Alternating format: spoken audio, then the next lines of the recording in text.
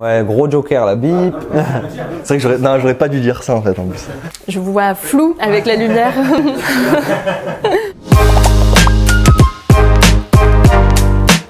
L'été, j'ai travaillé pendant 2 mois dans un fast-food pour donc avoir un petit peu de revenus pendant l'été. Il y a pas mal de dépenses à faire, on va dire, au début de l'année. On doit être pas loin des 10 000 euros par an, donc si on rajoute à ça les frais d'inscription, etc., je pense qu'on est autour de 15-20 000 euros facile par an. Vraiment, même si je pense avoir bien anticipé les frais de scolarité. Il y avait aussi par exemple les transports que je n'avais pas prévus, donc toujours des surprises.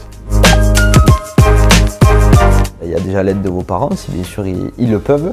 Ensuite, il y a les aides de l'État. Par l'intermédiaire du Crous ou par l'intermédiaire des caisses des allocations familiales. Et puis après, vous avez des établissements bancaires qui sont là aussi pour vous aider. Quand on devient étudiant, on s'autonomise peu à peu. Donc il y a des dépenses alimentaires, des dépenses pour des charges, des loyers, la taxe d'habitation. On va partir sur la fourchette haute. Si vous êtes un élève ou vous faites des programmes grandes écoles, comme on appelle vulgairement une école de commerce, on va plutôt être à 15 000 euros l'année d'études. Un programme grande école, c'est sur 3 ans, multiplié par 3.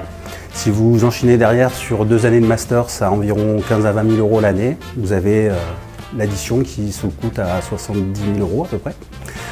Là, on est dans le top du top du top des études, bien entendu. Après, vous avez des écoles d'ingénieurs, par exemple, comme Centrale, où là, on va avoir un coût beaucoup plus réduit parce qu'on est dans le public quelque part. Et puis après, vous avez aussi beaucoup d'écoles, on va dire, de digital. Et là, on va plutôt être dans des années à 7 à 8 000 euros. On est sur les diplômes du bachelor au master. Donc vous voyez, il y a quand même un coût d'études dans les écoles qui est assez important. Maintenant, il existe bien entendu les BTS, les IUT, la fac, etc. qui restent toujours des études accessibles à tous. Il va fatalement avoir un coût différent parce qu'il va y avoir un transport à un moment donné qui va bien sûr accentuer le coût. Maintenant, peut-être que l'école que vous avez trouvée là-bas, elle va être moins chère. Et puis peut-être que le pays dans lequel vous allez être est un pays aussi avec un niveau de vie moins important que la France. Mais dans tous les cas, si vous envisagez de partir à l'étranger, nous avons une offre qui s'appelle Globetrotter qui vous permet pour 2 euros par mois d'avoir un compte et une carte sans frais sur les paiements et les retraits à l'étranger. Bien sûr, donc même je pense que c'est recommandé. Personnellement, c'est quelque chose que j'ai fait. Je l'ai fait par besoin financier. Après, je pense que c'est une expérience qui est essentielle et importante au développement d'un étudiant, autant d'un point de vue autonomie financière que d'un point de vue expérience pour pouvoir s'intégrer dans le monde du travail avec le plus de fluidité possible.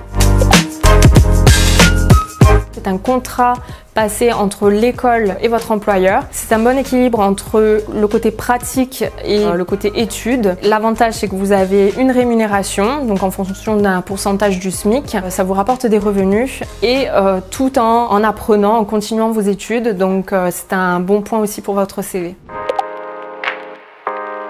Alors oui, c'est possible et c'est même de plus en plus démocratisé.